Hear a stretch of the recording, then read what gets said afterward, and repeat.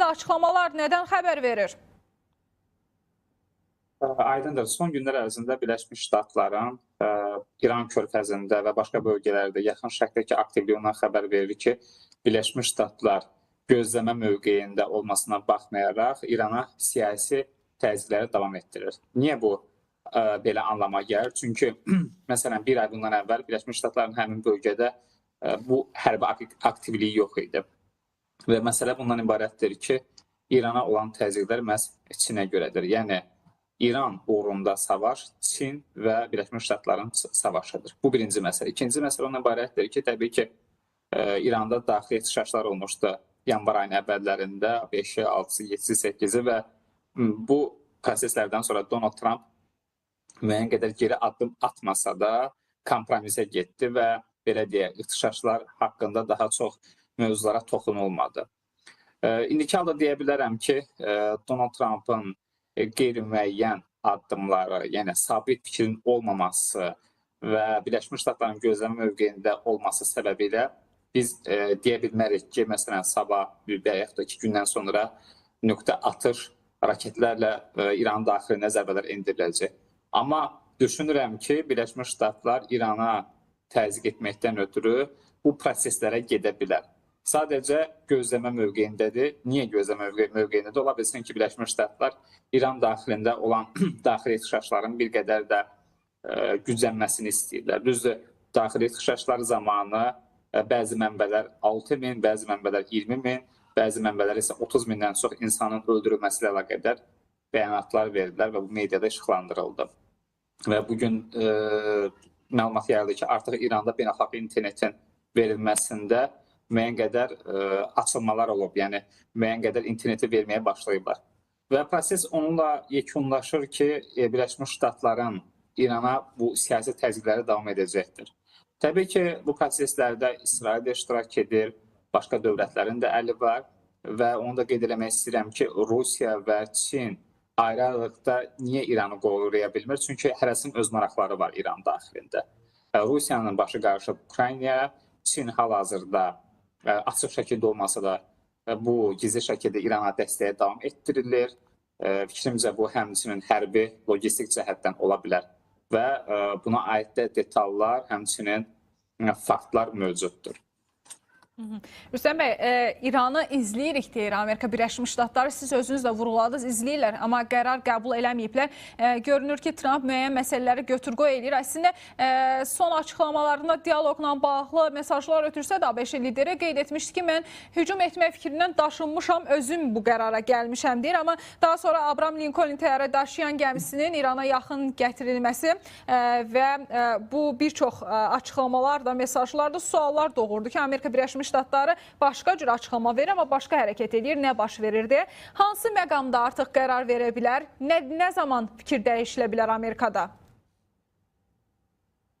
Bilirsiniz, gözləmə mövqeyində olan dövlət üçün qərarın verilməsi vaxt aparada bilər və məsələ burasındadır ki, İranın daxilində olan ixtişaşlar səngiliyinə görə bəlkə də Birləşmiş Ştatlar buna görə dayanır. Və Birləşmiş Ştatlar bu demək deyil ki, diplomatiyada ola bilər ki, hər kəlməsi yox kimi də başa düşülə bilər və ya da yox sözü hər kimi də oxuna bilər. Yəni, Birləşmiş Ştatlar dedi ki, mən təzyiqləri davam elətdirməyəcəm, İrandan bir qədər aralı duracam. Təbii ki, bu hamısı kağız üzərində və ya da deyilmiş bəyanatlardır. Amma praktikada biz onu görürük ki, Abraham Lincoln təyyarə daşıyan gəmisi var, Osint mənbələrinə əsasən silahlar daşınır, İordaniyada hərbi bazalar aktivləşdirilib, İsrail yaxınlığının təhlükəsizliyi üzləndirilib. Türkiyə qeyd edib ki, miqrant axını olarsa mən yolları bağlayacam, sərhədləri bağlı tutacam, qoymayacam ki, çox ölkə daxilinə insanlar toplaşsın, axışsın və bu proseslər onu göstərir ki, deməli, Türkiyə daxilində də narahatlıqlar mövcuddur. Və narahatlıqların olması da təbii ki, boşu-boşuna deyil, deməli, müəyyən siqnallar var ki, hal-hazırda Birləşmiş Ştatların İran daxilinə zərbələri ola bilər. Yəni, bu baxımdan hər ölkə öz ölçüsü daxilində, gücü daxilində təhlükəsizliyini qorumağa məcburdur. Təbii ki, bu region dövlətləri üçün də təhdidlər yaradır. İndi bu bizim mövzumuz olmasa da bu biraz uzun mövzudur. Yəni, region dövlətləri Türkiyə üçün təhdid yaradır, başqa ərəb dövlətləri üçün təhdidlər yaradır. Yəni, İran daxilinə endirilən o zərbələr bu demək deyil ki, qonşu dövlətlər bundan qorunacaq.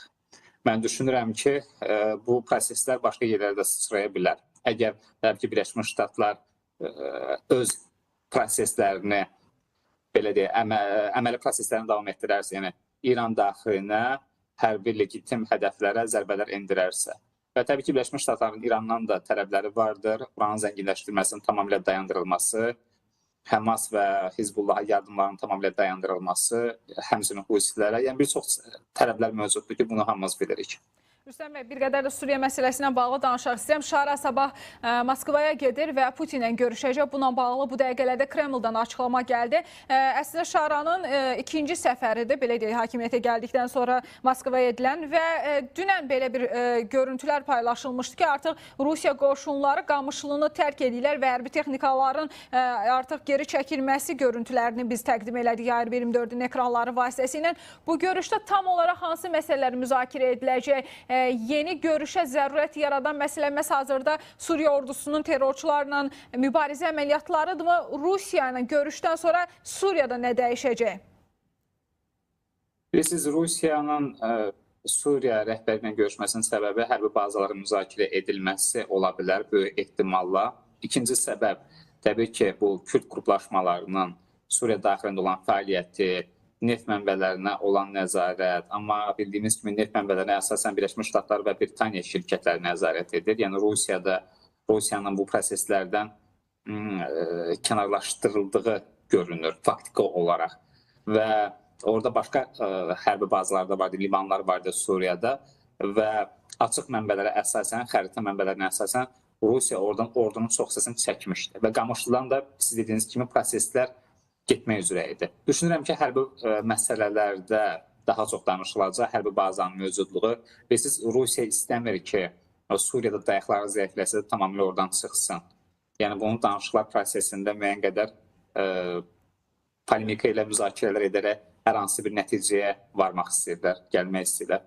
Və təbii ki, bu proseslərdə mən düşünürəm ki, təkcə Suriya ilə danışıqlar yekunlaşmayacaq, Türkiyə ilə koordinasiyalı diplomatik görüşlər də təşkil edilə bilər.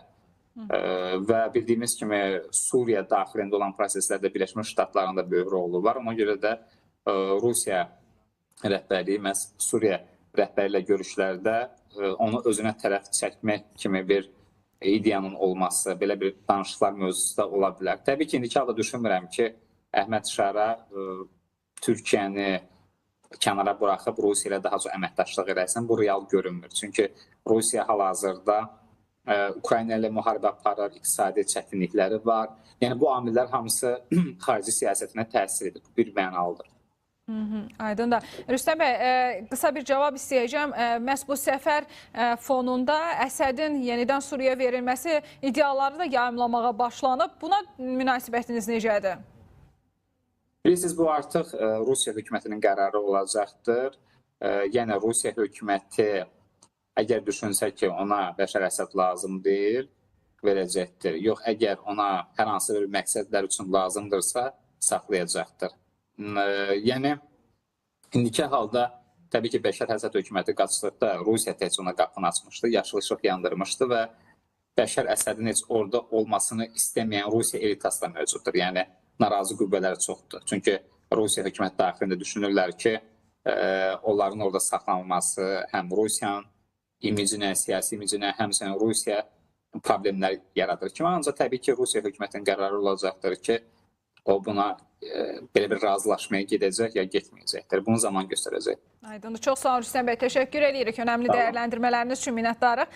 Dəyərli izləyicilərimiz, biz həm İranda baş verən məsələlərlə bağlı, eyni zamanda Suriya ilə əlaqədar geniş şəkildə təhlillər apardıq. Artıq qeyd etdiyimiz kimi Əhməd Şara sabah Moskvaya gedir və Kremlin son dəqiqə məlumatına görə Putinlə görüş gözlənilir, nələr danışacaq deyə bir qədər biz də təhlil etdik. Davam etmək istəyirik bir araşdırmamızdan elə Suriya ilə bağlıdır. Suriyanın şərqində yerləşən Deyr-əz-Zor əyalətində həyat tədricən bərpa olunur. Həftələrlə davam edən toqquşmalardan sonra evlərinə qayıdan sakinlər Fəraz çayı üzərində yerləşən və strateji əhəmiyyət daşıyan Əl-Aşara körpüsünün təmirinə öz gücləri ilə başlayıblar. 10 ilə yaxın istifadəsiz qalan körpü bölgə üçün təkcə nəqliyyat deyil, eyni zamanda tibbi xidmətlərə, bazarlara və digər şəhərlərə çıxış baxımından həyati əhəmiyyət daşıyır. Yerli əhalinin təşəbbüsü ilə başlayan bu bərpa işləri bölgədə sabitliyə doğru atılan ilk addımlar kimi də qiymətləndirilir. Biz də mənzərəni araşdırmışıq, izləyək.